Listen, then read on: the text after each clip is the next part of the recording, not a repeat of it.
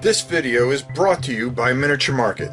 Thousands of board games, miniatures, and paints, discount prices at miniaturemarket.com. Hey everybody, it's your old pal Rob. Today we are looking at something that is absolutely fascinating to me. This is something special and I can't wait to show it to you. There's going to be another video because I'm working and I'm painting some of this, and I want to show you a quick and easy way because there are over 200 miniatures in this little masterpiece. Today we're going to be talking about Angel Fury, the battle for a human soul. Not souls, battle for a human soul. And what does that mean? Well, there's only one way to find out.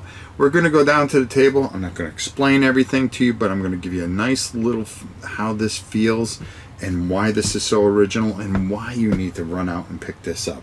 So definitely let's go down to the table and check it out. So this is nowhere near everything, and I'm not going to explain every rule, but I kind of want to just go over this so you get a feel for this. You could just leave the figures like this, but I'm in the middle of painting them. That's why I don't have everything out here, because I've got it pretty well done and I'm making a video on painting it. So, you know, I just wanted to kind of go over this a little bit. You are going to have 12 cards, okay, on your side, okay, and the demon player will have his, unless you're playing the solo variant, of course. The card here is going to be your main angel, okay, and this is how many life points that he has, and you're going to mark that off. Over here you're going to have some tokens here, and they're your command points. This is what you're going to use to command your units. You can never command the same unit twice. You have 12 cards, and one of the best things about this, which is unbelievable, you can increase your hand size, but your starting hand is always 4 cards, and you have 12 cards in your deck. You could play as many of these cards as you want in a turn, okay, but you know, sometimes you want to just save things because there are just certain things that you want to do. You are going to use your command points to command the unit. What you're fighting for is this spot right here. It's a human soul. This whole battle is about one soul, which is pretty unique. Okay, now right now the demons control it, and if they can hold it till the end of the turn, they are going to gain a soul point. The first one to 7 soul points wins the game. Now, as you can see, you can only have 9 angels in a square, but because of the size of the bigger the guardians and the serpents and tormentors and stuff like that, they fit to the certain base. So this guy gets to roll 6 dice, and you can have 3 angels with him, which brings you up to 9, deciding if you want to attack. What you're also going to be doing is, if you assign a command point, is coming here and trying to get crystals, because crystals are going to buy you cards. But not so fast, my dear friends. Okay, it's not what you think. Okay, if you buy a new card, your hand size, your deck size can never be more than 12 cards, and you're going to have an area where you're going to be able to buy cards, as you see such here. If you buy a card and add it to your deck, you're going to have to get rid of something.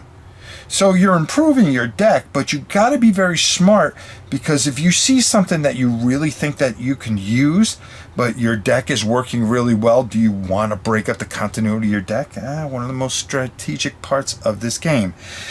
There is a cost on the side here, and it's going to cost that many crystals, okay, to purchase that particular card. Now, how are you going to get these cards and reinforcements? You are going to have to go and hold these areas, and when you step into these areas, you will receive 1 crystal. There's also ways to get reinforcements and things like that that will be moved, that you can use at the beginning of your turn. You know, like I said, using your hand size is always 4 cards. But it can move up, as you can see right here. You can get it to where it's almost up to 6 cards. Okay, you can play any number of cards from your hand, and you may only play one tactic card per turn. Okay, so for instance here, we want to use a command point, and we are going to take this entire unit and say, no, we want to hold the souls. We want the souls for our turn, okay? Well, our little demon friends are going to roll 2 dice, and we are going to roll 9. So just so you see how this goes, it is simultaneous. And wow, we got a whole bunch of swords, which are going to be more than enough to get rid of our friends. But do we take any casualties? No, we do not. Isn't that just perfect, right? Boom. And then we can move up our guys in here, and now we are holding on to that soul section. Pretty easy. But there are tactic cards. There are cards in your hands that can do certain things, that will give you +1 damage to deal during battle, like this flaming sword, which will help. And a lot of different other things that you can build, and it adds such a strategic value to this. You're trying to hold on to that and get 7 points, which means for each turn that you hold it, you get 1 point. And the different variances in the beautiful, beautiful angels. I mean, I mean, look at the art on this. This is just tremendous. And I can't wait to show you what I have in store for the painting video that I'm doing for this. This is a very strategic and very beautiful and great component of a game that just really, really, really works. It really does. You're going to be able to get different people onto your battlefields, different cards. There are different leaders that you can use. I mean, look at this dude. All right, that's an evil Baal. You can use him.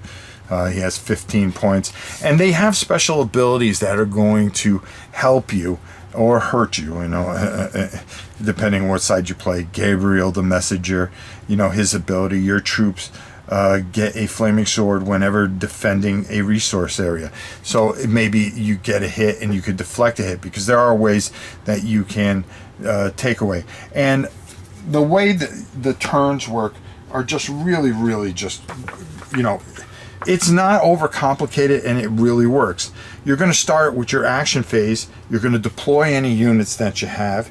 You're going to buy any upgrades, buy any cards. Then you're going to play your cards and then command your troops. Again, using the command points. Okay, the second phase, which is the resource phase, is soul points. If somebody's holding on to this, they're going to get a soul point. You're going to get any kind of income from the Archangel or Archdemon that you play, and those are going to be spelled out over here on this side for you. So you get that at the end of each turn. Income from any resource areas. Okay, you're going to draw new cards, okay, because you're going to discard your cards, and then reset your command markers, okay, meaning that any used goes back to unused and whatever you can generate. Okay, to buy serpents and tormentors, there's a price. To buy extra commands, you can actually buy an extra command up to 5.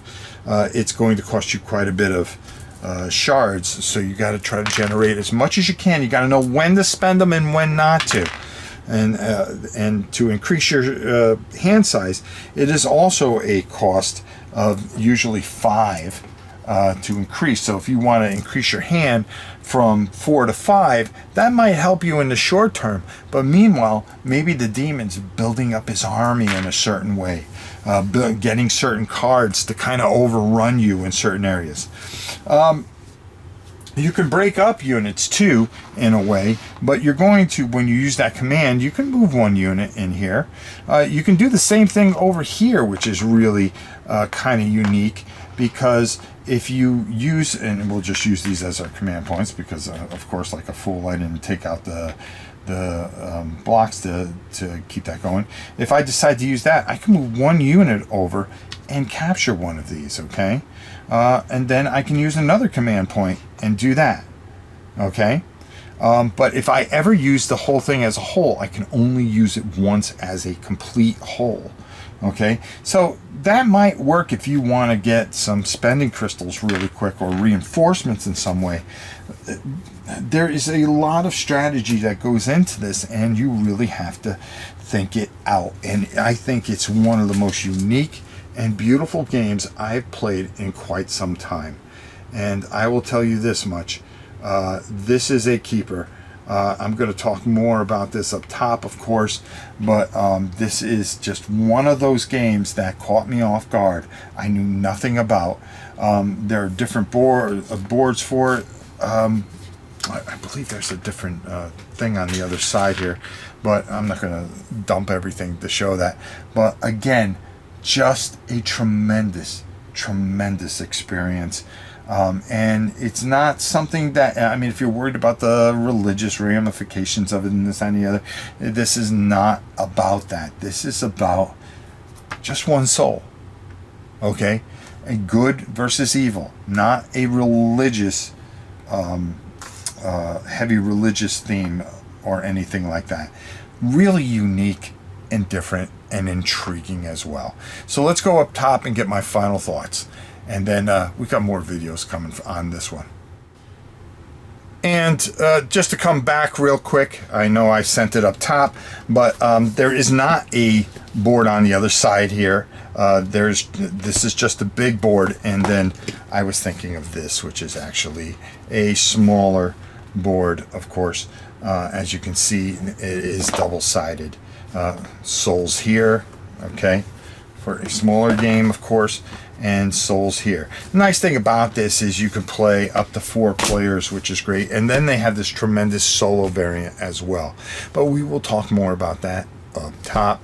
So this time let's head up top, and I've got a lot to say about this beauty. So this is a game that slipped under my radar, Angel Fury, the Battle for a Human Soul. I'm going to tell you something, and you know, I'm pretty honest about things.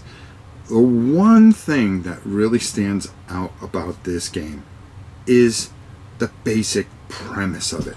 It's so original. It doesn't try to shove religion down your throat or anything like that. It's very vague with certain things and stuff like that, which, you know, for the people that are sensitive, that, you know, don't be afraid to play this game. It is a good and evil thing, yes, of course, but, you know, angels and demons, I mean, come on. But the unique thing about it, and is so intriguing to me, is the battle for a single soul. You know, all these armies come out battling for a single soul, and when you think about that, you know, of course, it has no real religious, you know, it doesn't take anything from anywhere. It is just absolutely unique. The gameplay is superb. The quality of the components are through the roof. You know, when you say, you know, when you see 200 miniatures, you go, all right, you know, the quality isn't going to be that well. No, it's actually very, very good for what they've done. This is something special. This just, you know, for me, this is a forever game. This is one that sits in my collection and will be there forever. And I'm actually working on a painting video to show you how to paint everything really, really quick. I found a little thing, and I wanted to give it a little originality too. And I found a way to do that. So if you're somebody that wants to really build that theme, because they give you some beautiful pieces here. I mean, this is beautiful with the beautiful clear plastic, you know, giving the feel of that, and the rivers and stuff like that. And it's just fun, and solo, it's glorious. It's glorious. I really like what they're doing with this. I love one of the things is that it is a deck builder that's really not a deck builder, because you've only got 12 cards, okay, and you're going to have to get rid of something if you want to add something. And I find that just fascinating. Then how, you know, per square, the most dice you can ever roll are 9. So, you know, you may have your one major demon there. He's 6 dice, okay, because of his base. And you can tell it because the squares are built to hold, you know, 9 angels, you know, 3 demons and a major demon, you know, and that uniqueness of how you could break things up. The other thing is using your command points, how you use those, and really being intelligent in how you use it. You leave yourself open in certain areas, you're going to pay a price. Just well thought out chess match in a way that just really stands out.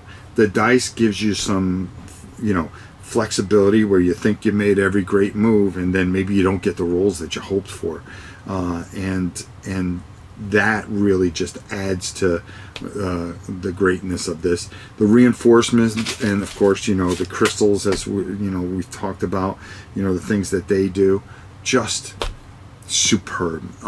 Anything this company comes out with going forward, I'm going to keep my eyes open, because I really think this is a great game with tons of replayability. You know, you want to play a tabletop game on a little 2x2 area, you got it right here with this fantastic game.